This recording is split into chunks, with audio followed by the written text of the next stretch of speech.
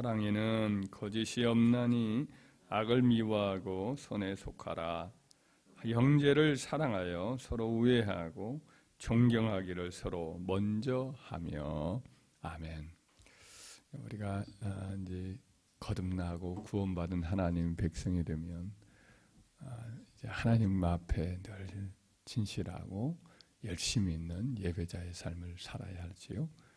또 이 세상의 풍조, 세상의 교훈이 아무리 대세가 되고 많은 사람이 추종한다고 해도 그것을 따르지 아니하고 하나님의 뜻, 하나님의 바람, 이것을 늘 추종해서 그것을 선택을 하여 우리 삶에 적용해서 참 저 사람 보면 그야말로 살아있는 성경이다. 뭐 성경을 따로 읽을 것이 아니라 저 사람의 삶을 그대로 따라하면 된다. 이런 정말 하나님의 말씀을 늘 신철에 옮기는 그런 삶을 우리가 추구해야 될 줄 믿습니다. 그리고 나서는 이제 교회를 섬기라 이렇게 가르칩니다. 하나님의 교회를 잘 섬겨서 세워가라.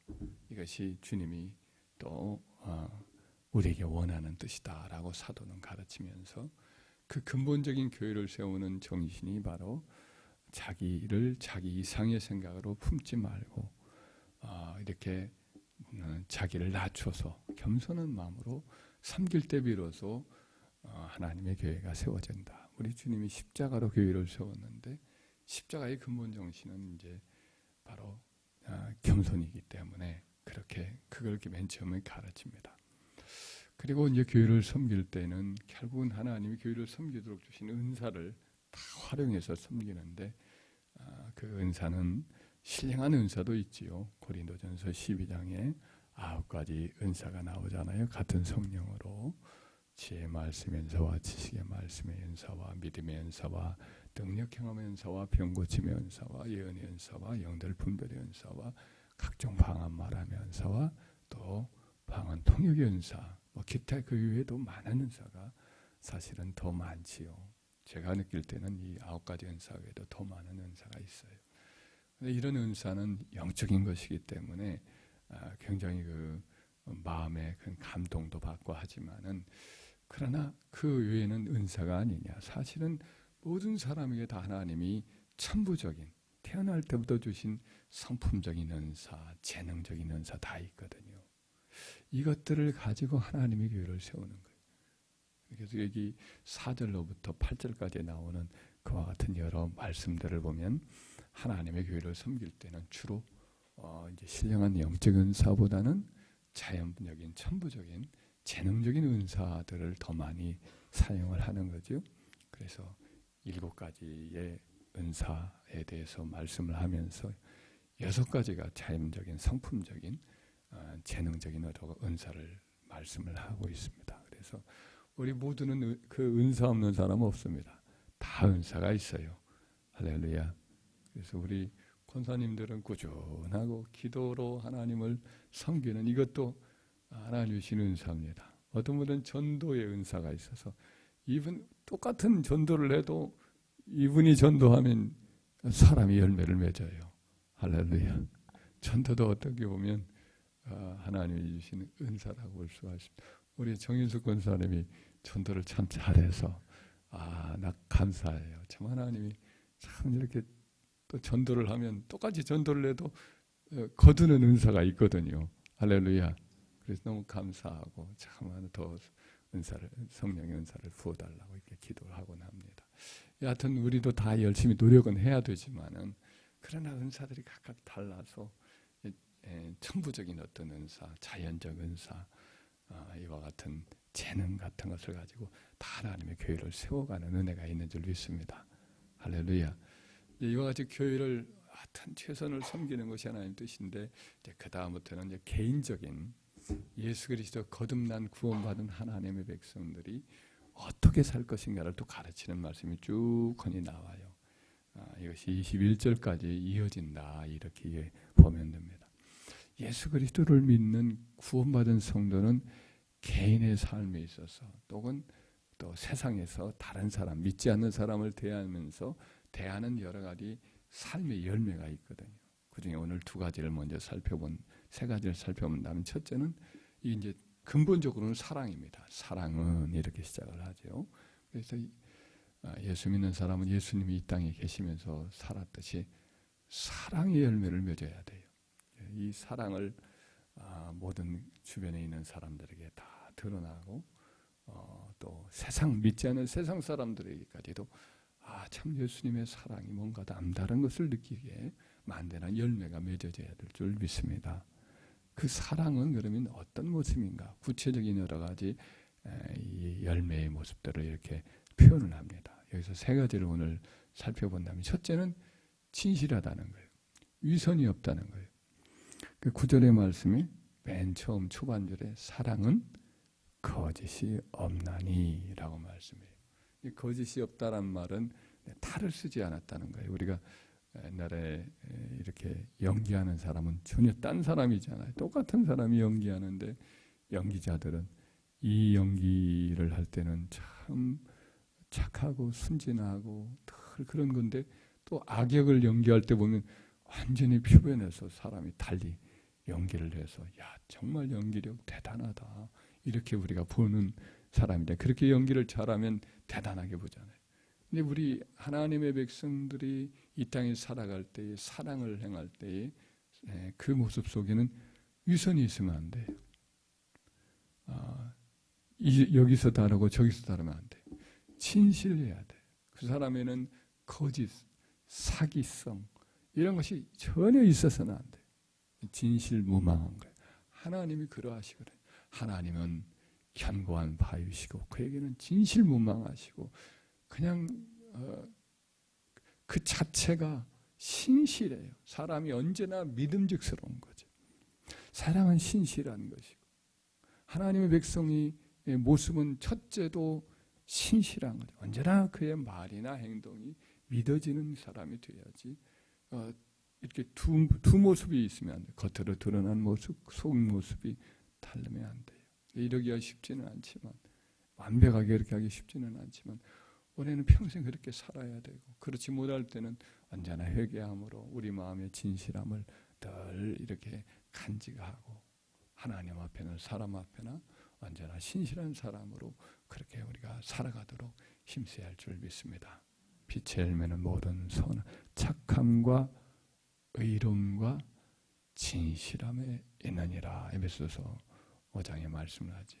우리는 다 빛의 자녀들인데 빛은 어둠과 달리 이렇게 드러나는 빛으로 드러나야 되듯이 항상 그 가장 중요한 것 중에 하나가 진실함인 거죠.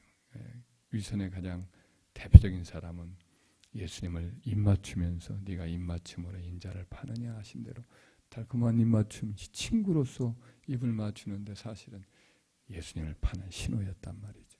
이와 같은 위선은 우리 삶에 하여튼 전혀 이렇게 어울리지도 않고 또 합당하지도 않으므로 우리는 이런 위선을 철저히 멸시하고 물리치고 항상 내면이 신실하고 선한 자가 되길 바랍니다.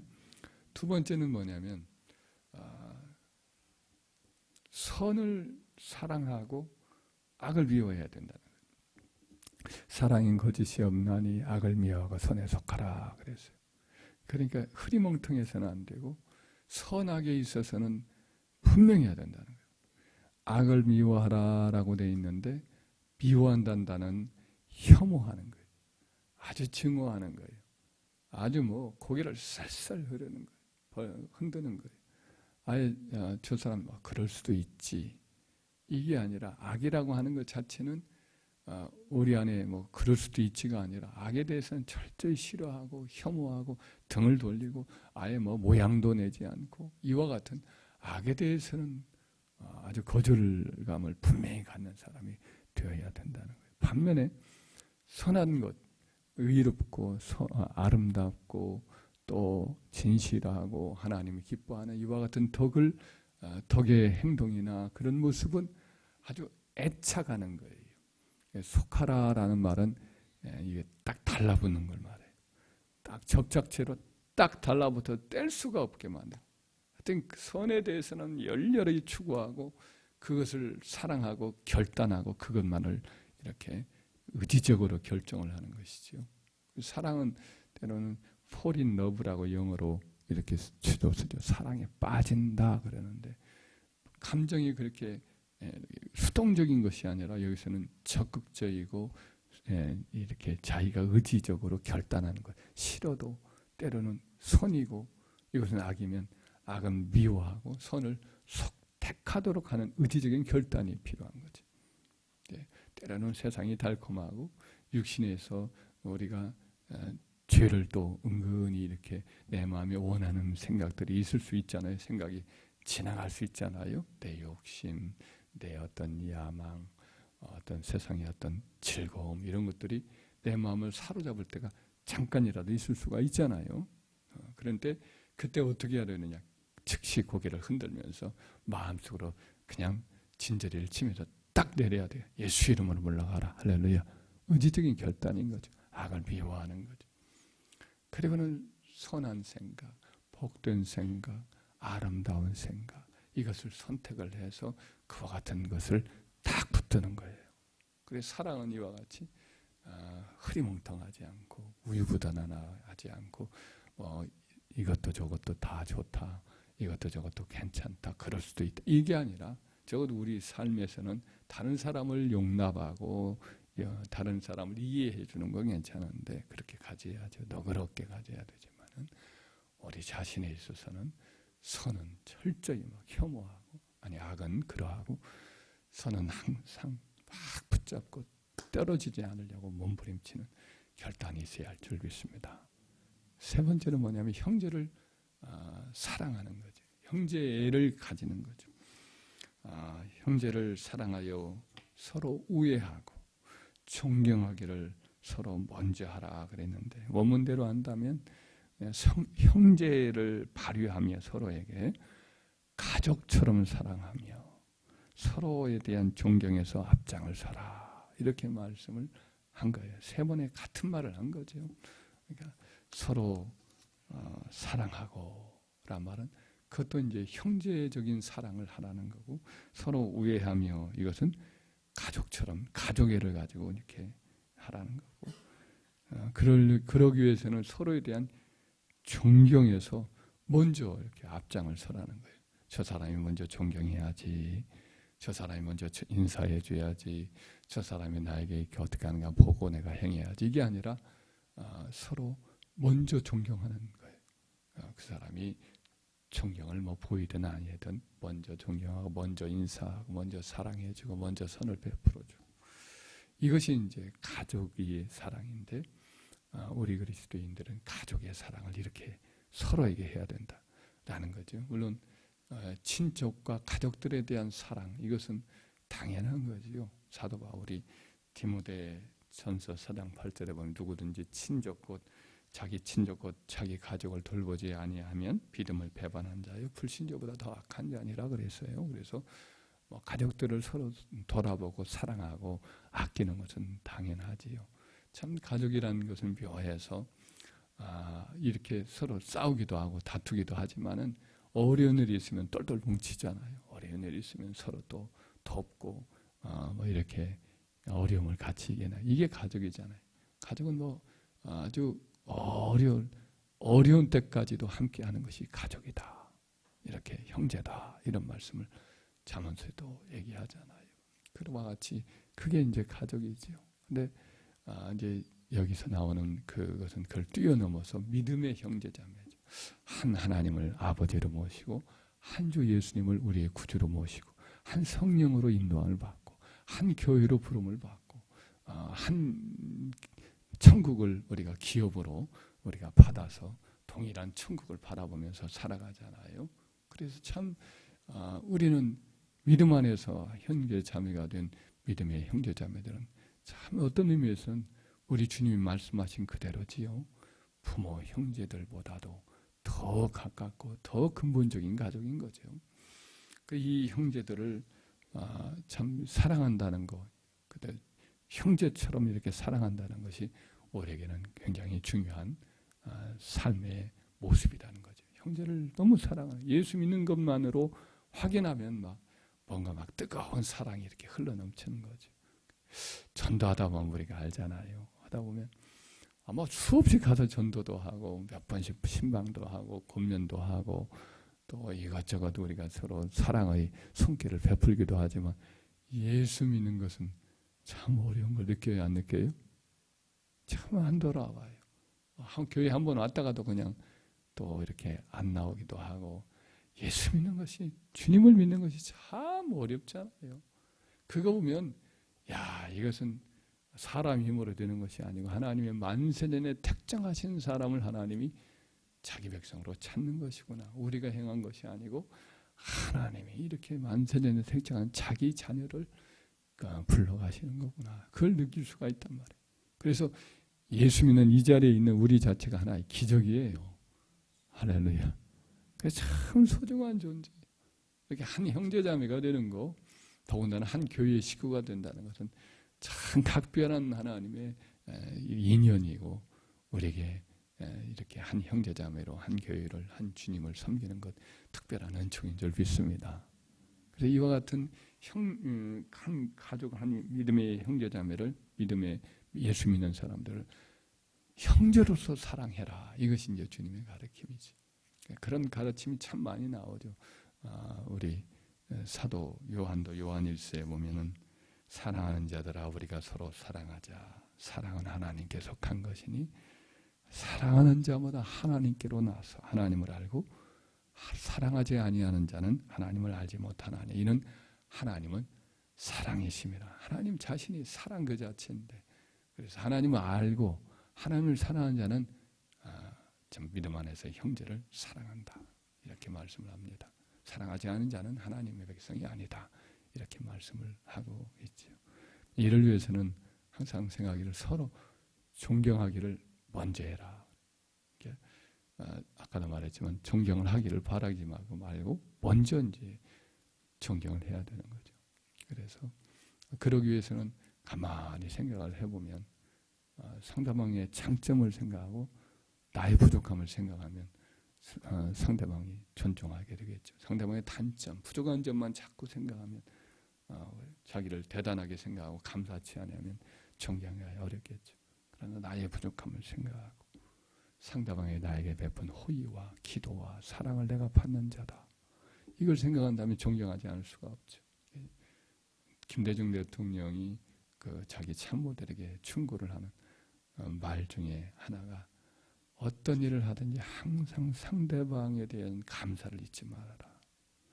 내게 모든 일 어떤 일을 잘 됐을 때 내가 잘 돼서인 게 아니라 나를 도와주는 모든 사람의 덕분이라는 것을 잊지 말아라. 이렇게 충고했던 내용이 기억이 납니다. 그분의 자서전에 보면 그분을 기억하는 사람들의 글을 보면 그런 말씀이 나와요. 항상 어떤 일이 있으면 그 일을 나 혼자 내가 잘나서 내가 애써서 된 게 아니라 다 나를 도와준 분들의 덕분이라는 것을 기억하고 꼭 그렇게 고백을 해야 된다. 이렇게 이제 충고를 했다고 그래요. 근데 그 말이 맞지요. 그 말이 맞습니다. 우리가 지금 잘나서 내가 노력을 해서 좋은 성과가 얻는 게 아니에요. 다 내게 붙여주신 분들의 도움들이 할렐루야. 예, 우리 하루의 삶, 매일매일의 삶이 모든 사람의 도움과 사랑으로 이 자리에 있다고요. 그래서 항상 고마워하고 존경하기를 먼저 하고 그러다 보면 어때요? 이게 이제 사랑인 거죠. 우리가 거듭난 구원받은 사람의 삶은 사랑인데 사랑은 거짓이 없는 거죠. 위선이 없는 거죠. 진실한 거죠. 그리고 항상 선을 선택하고 악을 미워하는 삶으로 분명한 삶이죠. 그리고 형제를 늘 발휘해서 하나님의 교회의 백성들, 주님의 사람들을 뜨거운 사랑으로 하여튼 예수 믿는 거 하나만으로 그냥 귀하고 이렇게 예쁘고 친근하고 이렇게 따둑따둑해지는 그런 형제가 우리 삶 속에 흘러넘치기를 주의 이름으로 축원합니다.